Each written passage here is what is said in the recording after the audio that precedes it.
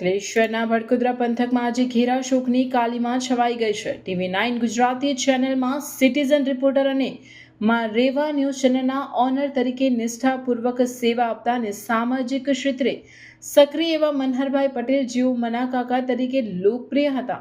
તેમનું મંગળવાર 3 ફેબ્રુઆરીના રોજ દુઃખદ અવસાન થયું છે. પત્રકારત્વ અને સામાજિક કાર્યો દ્વારા લોક પ્રશ્નોને વાચા આપનાર મનહરભાઈના નિધનને પગલે મીડિયા જગત અને પટેલ પરિવારમાં સ્તબ્ધતા જોવા મળી રહી છે. આજે સોમવાર 9 ફેબ્રુઆરીના રોજ સવારે 9 વાગ્યાથી અંકલેશ્વરના ભડકુદરા સ્થિત તેમના નિવાસસ્થાને બેસણાનું આયોજન કરવામાં આવ્યું છે, જ્યાં મોટી સંખ્યામાં સ્નેહીજનો અને સાથી મિત્રો હાજર રહી તેમને શ્રદ્ધાંજલિ અર્પણ કરી રહ્યા છે.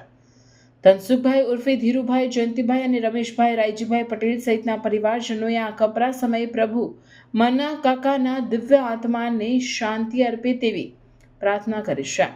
મનહરભાઈના જવાથી ભડકુદરા પંથક અને પત્રકારત્વ જગતે એક સાચો લોક સેવક ગુમાવ્યો છે.